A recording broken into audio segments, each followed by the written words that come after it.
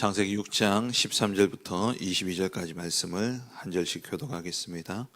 하나님이 노아에게 이르시되 모든 혈육 있는 자의 포악함이 땅에 가득함으로 그 끝날이 내 앞에 이르렀으니 내가 그들을 땅과 함께 멸하리라.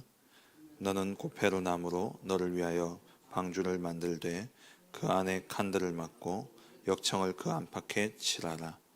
내가 만들 방주는 이러하니 그 길은 300규빗, 너비는 50규빗, 높이는 30규빗이라.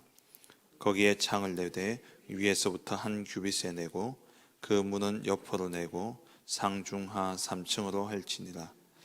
내가 홍수를 땅에 일으켜 무릇 생명의 기운이 있는 모든 육체를 천하에서 멸절하리니 땅에 있는 것들이 다 죽으리라. 그러나 너와는 내가 내 언약을 세우리니 너는 내 아들들과 내 아내와 내 며느리들과 함께 그 방주로 들어가고 혈육 있는 모든 생물을 너는 각기 암수 한 쌍씩 방주로 이끌어 들여 너와 함께 생명을 보존하게 하되 새가 그 종류대로 가축이 그 종류대로 땅에 기는 모든 것이 그 종류대로 각기 둘씩 내게로 나아오리니 그 생명을 보존하게 하라. 너는 먹을 모든 양식을 내게로 가져다가 저축하라. 이것이 너와 그들의 먹을 것이 되리라. 노아가 그와 같이 하여 하나님이 자기에게 명하신 대로 다 준행하였더라. 아멘.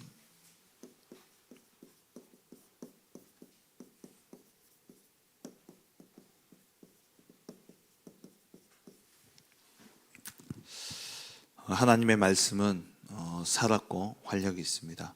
그 하나님의 말씀은 영원하죠. 우리가 말씀을 볼 때에 기록되어진 말씀이지만 지금 살아서 내게 성취되어지는 말씀으로 봐야 돼요. 이 말씀은 이전의 응답을 기록하고 있지만 오늘 믿음으로 받는 우리들에게는 동일하게 응답되어지는 것입니다. 그래서 우리는 말씀 속에서 항상 살아있는 정확한 언약을 붙잡아야 되는 것이죠. 오늘 이 본문은 우리 노아의 홍수 사건 일어나게 되어진 그 배경과 정말 이 노아 홍수 시대에 하나님 베푸신 은혜에 대해서 말씀을 하고 있죠. 노아 시대나 지금 시대나 똑같습니다. 노아 시대에 왜 이 재앙이 임했냐? 재앙의 이유는 언약을 놓친 결과입니다. 하나님의 아들들이 사람의 딸들의 아름다움을 보고 영적인 하나님의 언약의 백성들이 육을 따라가 버린 것이죠. 언약을 놓쳤는데 이 배경에는 사단의 역사가 있죠. 이 사단은 항상 같습니다. 어제 말씀드린 것처럼 보여주고 그리고 탐하고 탐하게 하고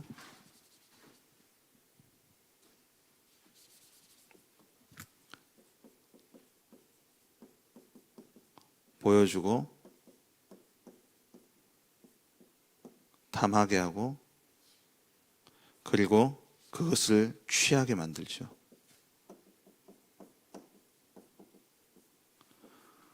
동일한 사건이 창세기 3장 사건입니다. 그래서 언약을 놓치게 만드는 거죠. 결국에는 취해요. 취하는데 뭘 취하냐? 육신을 취해야 하는 겁니다. 육신을 취하고 영적인 것은 다 내어주는 겁니다. 언약을 놓치게 되어지죠. 그 결과 재앙이 임한 겁니다. 그 결과가 홍수 심판이죠. 왜 그러냐? 사람이 생각하는 것이 항상 악하다 그랬어요.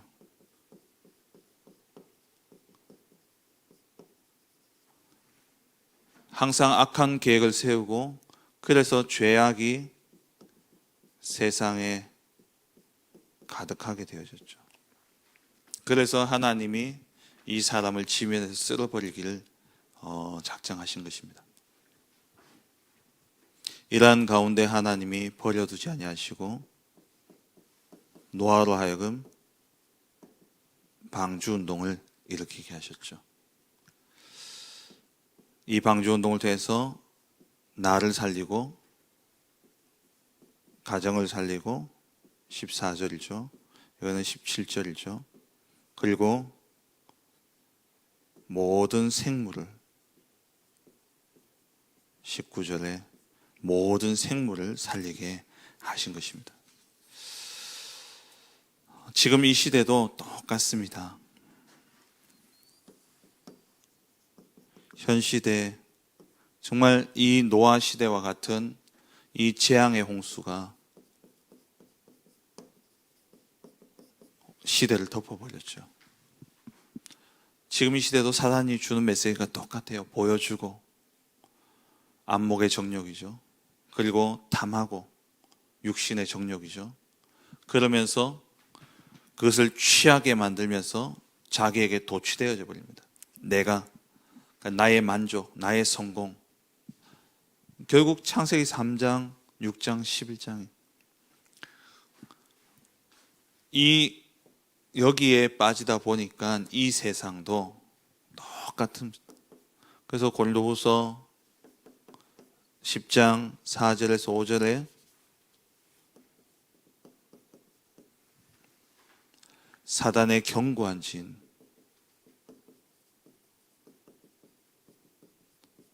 이게 하나님을 대적하여 높아지는 학문들입니다.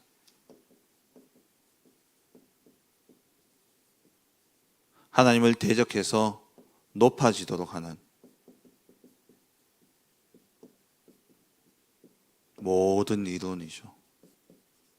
이게 나도 모르게 우리 속에 각인뿌리 체질되어 있다 보니까 사람들이 하나님을 대적하는 이 생각으로 가득 차 있으니까 모든 계획하는 것이 악할 뿐이고 이 세상에 죄악이 가득하게 되어지죠. 그 결과 하나님이 교회 밖에 불신자들에게 일어나야 될 그러한 재앙이 우리 가정에, 우리 교회 안에 이 믿는 자들 속에 재앙의 홍수로 다가와 있는 겁니다. 여기에 지금 다 휩쓸려 가고 있어요. 그 결과 나와 가정과 교회 안에 이 재앙의 홍수가 영적 문제, 정신 문제, 온갖 사회에서나 일어날 법한 그러한 온갖 타락의 문제들이 교회 안에 다 들어온 거예요. 왜? 요겁니다.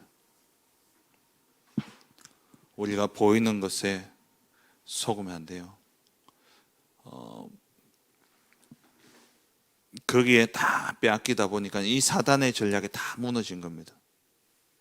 그게 지금 이 시대에 우리에게 와 있고 그 결과 우리도 또한 물로 일어난 홍수는 아니지만 이 홍수와 같은 재앙으로 다 쓸려져 가고 있어요. 다 무너져 가고 있다는 겁니다.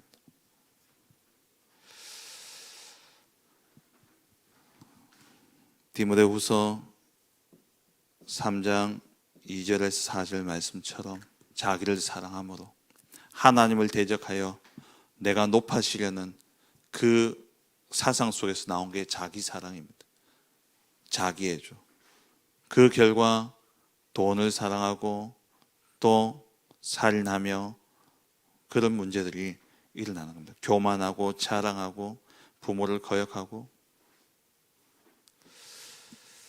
이런 가운데 우리가 정말 이 시대를 살리는 방주운동을 해야 된다는 거죠. 네 가지 방주운동을 말씀드렸습니다. 먼저 나를 살려야 돼요. 나를 살리는 방주운동이 돼야 됩니다. 내가 살기 위해서는 성삼위 하나님이 내게 임재하셔야 되고 이 성삼위 하나님의 역사가 내게 누려져야 됩니다. 그 성부 하나님은 말씀이죠. 그래서 오늘의 말씀을 우리가 붙잡아야 돼요.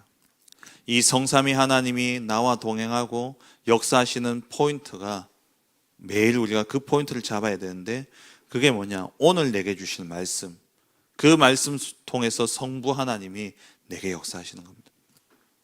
그리고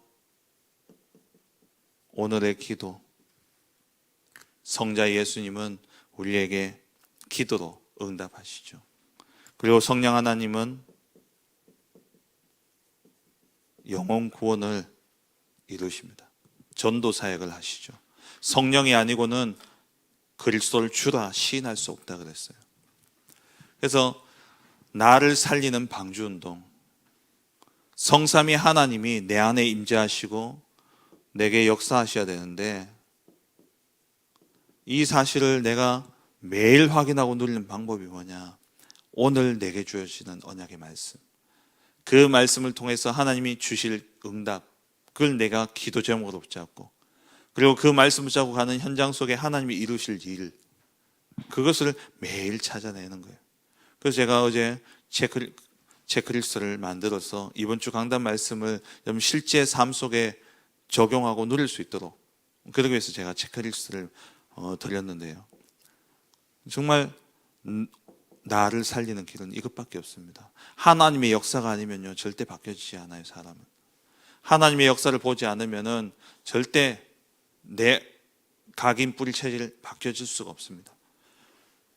그래서 이 내 속에 잘못 들어가 있는, 잘못 각인된 각인 뿌리 체질되어져 있는 이것을 뽑아내야 되는데, 그게 한순간 바뀌어지는 게 아니라니까요. 확 부어버리고 다시 담으면 좋은데, 그렇게 리셋되면 좋은데, 그렇게 되어지기가 쉽지 않아요. 그래서 계속해서 말씀을 내 속에 담아야 됩니다. 하나님의 말씀, 그 말씀 붙잡고 기도 속에 들어가서 하나님이 하신 역사를 보게 될 때에 나의 각인 뿌리 체질들이 바뀌어져요. 나를 살리는 방주운동, 삶 오늘이죠. 그리고 가정을 살려야 됩니다. 가정을 살리는 방주운동, 이거는 가정예배라 말씀드렸어요. 정말 내 가정을 놓고 내 자녀를 놓고 방주로 막아야 됩니다. 저 재앙의 물결이 들어오지 못하도록 막아야 돼요. 그건요, 다른 길 없습니다. 기도밖에 없어요.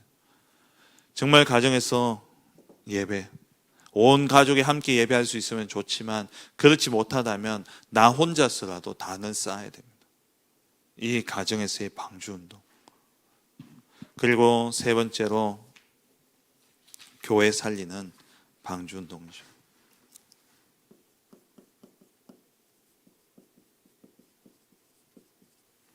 교회를 살리는 방주운동은 모든 사람을 살리는 겁니다. 살리는 마음과 생각, 이게 기준이 되어져야 돼요. 옳냐 그러냐가 아니라 어떤 문제가 딱 일어났을 때 그걸 심판자의 자리에 앉지 마시고 여러분 치유자의 자리에 서셔야 돼요. 누가 실수를 하고 잘못했다, 그럴 때 이렇다 저렇다, 물론 잘못했겠죠. 잘못하고 그랬지만 우리의 마음은 어디에 있느냐? 어떻게 저 사람을 복음으로 살릴 수 있을까? 그게 안 되면은 교회 안에 누구도 살아남지 못합니다. 맨날 정죄하고 심판하고 그러는데 누가 여기 와서 앉아 있겠어요? 살려야 되는 겁니다. 누가 오든 간에 영적으로 병든 자가 와서 교회에서 소리치고 뛰어다닌다 하더라도 정말 그 사람을 살리려는 마음이 있다면은 그게 별로 문제가 안 되어져요. 와서 내 이상한 소리 하는 사람이 있습니다. 내 또 부정한 소리, 그런 이야기하는 사람이 있어요. 그 사람들을 살려야 되는 겁니다. 교회 안에 들어오면 누구든지 살려야 돼요. 그래서 정말 우리 교회가 이 살리는 방주운동을 위해서 오직 복음만 말할 수 있도록, 우리 성도님들도 오직 복음만 말할 수 있도록, 그리스도 아니면 안 됩니다. 정말 우리 후대들이 이 교회에 와서 뭘 얻어가야 되겠습니까? 정말 복음으로 그 영혼이 살아나야 되지 않겠습니까? 정말 이 복음 안에서 이 아이들 꿈을 찾아야 되지 않겠습니까? 교회 안에 우리가 가져야 될 마인드입니다. 누가 되었든 누가 오든 간에 정말 살려야 되겠다. 교회가 커져가고 교회가 정상적인 교회라면 별 희한한 사람들이 다 옵니다. 교회가 커지면요, 교회를 통해서 어떤 경제적인 이익을 보려고 사기꾼도 찾아올 수 있어요. 그런데 우리의 마음이, 우리의 중심이 뭐가 되어야 돼요? 정말 살리는 자가 되어야 돼요. 예수님이 말씀하셨잖아요. 내가 온 것은 건강한 사람에게는 의사가 쓸데없지 않냐. 그래서 병든 자에게 의사가 필요하다. 그리고 나는 의인을 부르러 온 것이 아니라 죄인을 부르러 왔다 말씀하셨어요. 이게 교회예요. 이것이 우리의 사명이죠.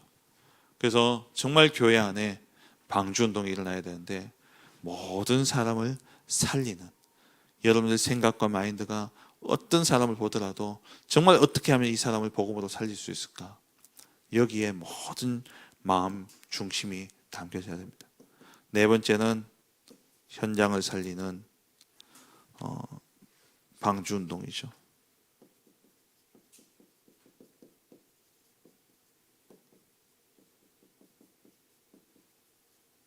정말 여러분들 현장에서요, 다락방 회복하세요. 현장을 회복하시라는 겁니다. 내가 현장에서 정말 복음으로 사람을 살리는 그 사역 속에 내가 있다면요, 다른 것 별로 관심 없습니다. 정말 현장에 복음으로 한 사람이 살아나는 그 역사를 본다면요, 다른 거 관심 없어요. 정말 영적으로 시달리고 영적으로 괴로움을 당하던 그 사람이 말씀이 점점 들어가는데요, 그 사람이 말씀으로 살아나기 시작해요. 정말 복음으로 살아나기 시작합니다. 그러면 다른 것 안 보여요. 교회 안에 이런저런 문제들이 보여지고 이런저런 이야기들이 왜 자꾸 나타나느냐, 그게 왜 자꾸 내 눈에 거슬리느냐, 이게 없어서 그래요. 정말 현장에서 사람 살리는 생명의 역사, 말씀의 역사, 이 복음 운동이 일어나지 않으면은 교회 안에 문제들밖에 없습니다. 그것밖에 안 보이고, 또 하나님이 현장의 문제를 교회 안에 집어넣어 버려요. 왜 안 가니까. 현장에 그토록 고통당하는 사람들이 많은데, 그래서 이 재앙의 홍수가 교회 안까지 들어온 겁니다. 우리가 뭘 놓쳤기 때문에요. 현장의 말씀 운동, 생명 운동, 이 복음 운동을 놓쳐버렸기 때문에 현장에 다 죽어가고 있는 저 현장에 진짜 복음으로 살려야 돼요. 그래서 먼저 나부터 살리라는 겁니다. 왜 제가 사모를 이야기했냐? 내 삶이 전도자의 삶으로 바뀌어져야 돼요. 나의 상태가, 영적 상태가 바뀌어져야지 현장에서 실제 전도의 응답들이 일어나기 시작합니다. 우리 교회가 이제 새롭게 여기서부터 시작을 해야 돼요. 저도 그렇고 여러분들도 그렇고, 놓쳐버렸던 현장, 정말 이 현장에, 나의 만남 속에, 나의 모든 삶의 현장 속에 한번 예전과 지금 생각해 보세요. 얼마나 많이 바뀌어 있습니까? 우리가 얼마나 많은 부분에 복음 아닌 것 때문에 복음적인 것들을 타협하고 살아갑니까? 너무 많이 놓쳐버렸어요. 현장을 살리는 다락방 운동. 그래서 여러분들요, 교회 안에 보시면서 조금 약하고 또 이제 새롭게 들어오시는 분들 있으면요, 찾아가서 다락방 하셔야 돼요. 물론 숫자가 얼마 안 되니까 제가 다 뛰어들 수 있죠. 하지만 그게 아니라 정말 여러분들 교회 안에 오셨어요. 누구를 정말 복음으로 살려야 될 것인가, 그 눈으로 보셔야 돼요. 새 가족들이 이제 한 명씩 오는데 이 사람들 어떻게 살릴 것인가, 정말 이 사람들 어떻게 도와줄 것인가, 그게 현장으로 이어지고 그 사람을 통해서 현장의 전도의 문이 열려지고, 그러면서 그 현장에 하나님 예배하신 절대 망대를 세우는 이 응답들을 여러분 보셔야 됩니다. 2024년 한 해는요, 정말 이 응답 보는 한 해가 되어줄 줄 믿습니다. 이 방주를 만들어라. 당장에 어떤 결론이 나지 않을 수 있습니다. 정말 이 방주 짓는, 이 방주 운동을 하는 우리 자신을 보면서 많은 사람들이 또 밖에서 이런저런 말들을 할 수 있어요. 근데 노아가 히브리서 11장 7절에, 이 노아는, 믿음으로 노아는 아직 보이지 않는 일에 경고하심을 받아 그러니까 홍수 심판을 경고받았는데 노아는 홍수라는 걸 모른다니까요. 그 시대 사람은 비라는 것을 모른다니까요. 근데 홍수가 난다. 근데 그것도 어디다요? 저 산 꼭대기에다 배를 만들어요. 얼마나 우스운 일입니까? 얼마나 조롱당할 일들입니까? 그럼에도 불구하고 노아가 몇 년요? 120년 동안 보이지 않는 하나님의 경고를 가지고 뭐 했냐? 하나님을 경외하면서 오늘 6장 22절에 하나님이 명하신 것을 다 준행하였더라. 당장의 어떤 응답이 없고 당장의 어떤 변화가 없다 하더라도 우리는 120년이라는 그 기간 동안 노아가 방주운동을 했던 것처럼 저와 여러분들이 지금 뭘 해야 되냐? 나를 위해, 가정을 위해, 교회를 위해, 현장을 위해서 이 방주운동을 펴나가야 되는 겁니다. 조롱당하더라도 또 당장에 어떤 응답이 없더라도 이걸요 계속 쌓아가야 되는 겁니다. 그러나 7장 5절에 보면 노아가 여호와께서 자기에게 명하신 대로 다 준행하였더라. 우리가 할 것은 이것밖에 없어요. 홍수가 온다 안 온다 그건 우리와 상관없습니다. 하나님의 말씀이 떨어지면 그 말씀대로 준행하는 겁니다.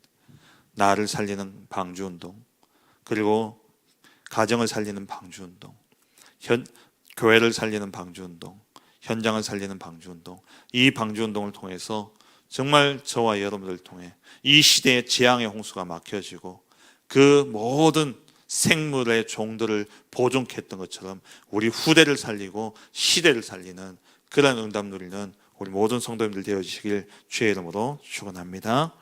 기도하겠습니다. 주신 말씀을 붙잡고